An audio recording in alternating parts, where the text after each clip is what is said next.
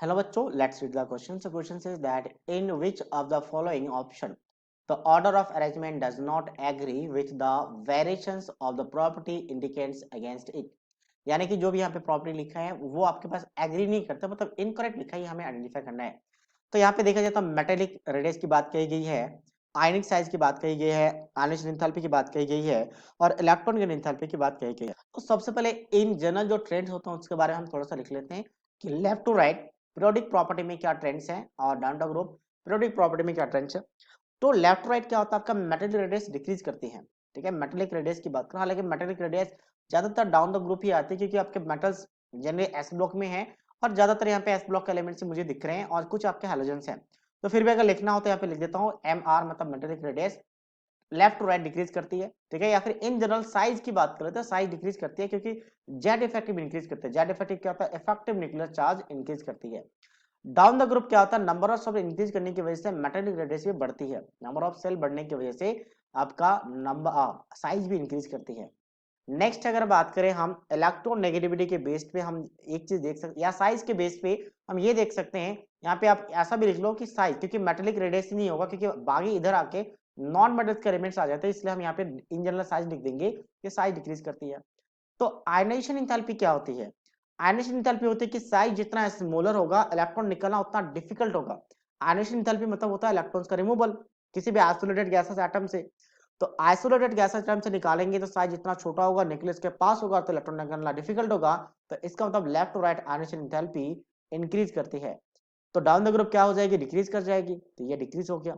और electron affinity होता है बेसिकली इलेक्ट्रॉन नेगेटिविटी के बेस पे, तो left to right electron negativity increase करती है। और इलेक्ट्रॉन नेगेटिविटी इंक्रीज करेगी तो इलेक्ट्रॉन एफिनिटी, इलेक्ट्रॉन या फिर इलेक्ट्रॉन गेन एंथैल्पी भी क्या होगी आपका, इंक्रीज करेगी। और डाउन द ग्रुप क्या होगा, इलेक्ट्रॉन गेन एंथैल्पी हमेशा डिक्रीज करेगी। अब हम बात करते हैं क्या करके, सबसे पहले यहाँ पे क्या है, lithium sodium potassium rubidium increasing metallic radius. तो एक्चुअली ये एस ब्लॉक के एलिमेंट्स है, अल्कली मेटल। तो अल्कली मेटल्स अगर मैं पूरा सीरीज में लिखूं तो इस तरीके से लिखा जाता है और रुबिडियम के बाद सीजियम आता है। तो down the group size increase करते रहे, एग्जैक्टली उसी फॉर्म में लिखा हुआ है, तो मतलब ये वाला जो प्रॉपर्टी है वो ट्रू लिखा गया है। हमें फॉल्स वाले ढूंढने, इनकरेक्ट वाले ढूंढने हैं। नेक्स्ट क्या आपका आयनिक रेडियाई। अब देखो आयनिक रेडियाई का तो कॉन्सेप्ट भी अलग चलता है। आयनिक रेडियाई में यहाँ पे आइसोइलेक्ट्रॉनिक है, तो आइसोइलेक्ट्रॉनिक का सबसे बेस्ट मेथड होता है कि आप क्या करो, नंबर ऑफ प्रोटॉन देख लो। नंबर ऑफ प्रोटॉन के इनवर्सली प्रोपोर्शनल होता है आपका साइज। साइज की बात करें तो साइज जो होगा नंबर ऑफ प्रोटॉन के इनवर्सली प्रोपोर्शनल होगा। अब ऐसा क्यों होता है, अगर मैं बात करूं यहाँ पे एटॉमिक नंबर कितना होता है 13, एल्युमिनियम का, मैग्नीशियम का 12, इसका सोडियम का 11 और इसका 9। तो नंबर ऑफ इलेक्ट्रॉन, जितने एटॉमिक नंबर है वही नंबर ऑफ इलेक्ट्रॉन होना चाहिए, बट पॉजिटिव का मतलब गेन लॉस ऑफ इलेक्ट्रॉन है, तो 3 इलेक्ट्रॉन का लॉस हो चुका है तो नंबर ऑफ इलेक्ट्रॉन 10 हो चुका है। सेम बेसिस में यहाँ पे भी 10। अच्छा यहाँ पे भी 10 आ जाएगा। अब नेगेटिव का मतलब गेन ऑफ इलेक्ट्रॉन, तो यहाँ पे एक इलेक्ट्रॉन का गेन है तो ये भी 10। तो नंबर ऑफ इलेक्ट्रॉन जब सेम हो तो ऐसे को कहा जाता है आइसो इलेक्ट्रॉनिक। आइसो मतलब सेम, इलेक्ट्रॉनिक का मतलब इलेक्ट्रॉन का सेम होना।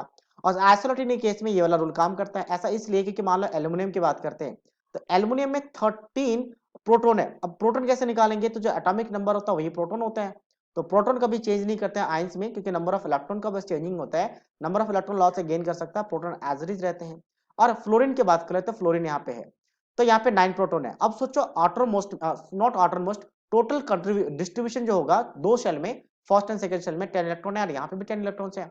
यहाँ पे 13 इलेक्ट्रॉन्स को अट्रैक्ट 10 इलेक्ट्रॉन्स को अट्रैक्ट कर रही है और यहाँ पे 9 प्रोटॉन जो है 10 इलेक्ट्रॉन्स को अट्रैक्ट कर रही है, तो अट्रैक्शन यहाँ ज्यादा रहेगा, अट्रैक्शन ज्यादा रहेगा तो साइज कम रहेगा। तो इसीलिए नंबर ऑफ प्रोटॉन के इनवर्सली प्रोपोर्शनल होता है। नंबर ऑफ प्रोटॉन जितना ज्यादा साइज उतना ही कम आएगा। तो ये ऑर्डर बन गया, तो ये भी क्या एग्जैक्टली आपका ट्रू है। नेक्स्ट हम बात करते हैं इसका। अब लेफ्ट टू राइट एग्जैक्टली लिखा गया है तो क्या ये आपका सही है, तो यहाँ पे डिस्कस कर लेते हैं सी के बारे में। तो बोरोन के बाद कार्बन आता है, कार्बन के बाद नाइट्रोजन, उसके बाद ऑक्सीजन। तो इसके हिसाब से वैसे तो हमने लिखा है कि left to right electron sorry ionic enthalpy बढ़ती है, तो ऑर्डर सही है। बट इसमें थोड़ा सा चेंजिंग आ जाता है क्योंकि आपका नाइट्रोजन का जो इलेक्ट्रॉनिक कॉन्फिगरेशन होता है वो 2p3 होता है और ऑक्सीजन का 2p4 होता है। हाफ फिल्ड होने की वजह से इसमें इलेक्ट्रॉन निकालना डिफिकल्ट बन जाता है और डिफिकल्ट होने की वजह से इसका एनर्जी थोड़ा एक्सपेक्टेड से ज्यादा होता है और वो ऑक्सीजन से भी ज्यादा चला जाता है। तो ये हमारी सोच होती है, बट एक्चुअल में सच्चाई क्या होती है, बोरोन के बाद कार्बन, कार्बन के बाद ऑक्सीजन और फिर नाइट्रोजन आती है। तो ये वाला ऑर्डर गलत लिखा गया है, मतलब ये वाला फॉल्स है। ऐसा इसलिए क्योंकि नाइट्रोजन का हाफ फिल्ड है। नेक्स्ट हम बात करते हैं यहाँ पे क्या बोला गया आपका, increasing electron affinity, electron gain enthalpy. तो वैसे तो क्या होता है, down the group electron gain enthalpy या इलेक्ट्रॉन एफिनिटी क्या होता है, डिक्रीज करती है। तो फ्लोरीन का मैक्सिमम होना चाहिए था, डी के लिए हम यहाँ पे बात कर रहे हैं, फिर क्लोरीन होना चाहिए था, फिर ब्रोमीन होना चाहिए था, फिर आयोडीन होना चाहिए था। तो उसके हिसाब से यहाँ पे सही लिखा गया है। बट एक्चुअल में क्या होता है, फ्लोरीन में लॉन पेयर के इलेक्ट्रॉन्स, लॉन पेयर की बात कर ले या फिर नंबर ऑफ इलेक्ट्रॉन की बात कर लो, कि इलेक्ट्रॉन इलेक्ट्रॉन साइज स्मॉल है। साइज कैसा है इसका, स्मॉल है।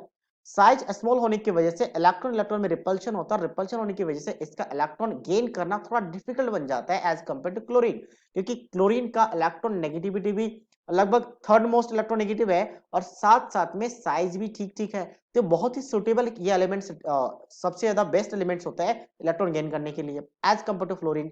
और बेस्ट ऑर्डर ये बन के आते हैं, फाइनल ऑर्डर, बेस्ट ऑर्डर नहीं फाइनल ऑर्डर कह सकते हैं।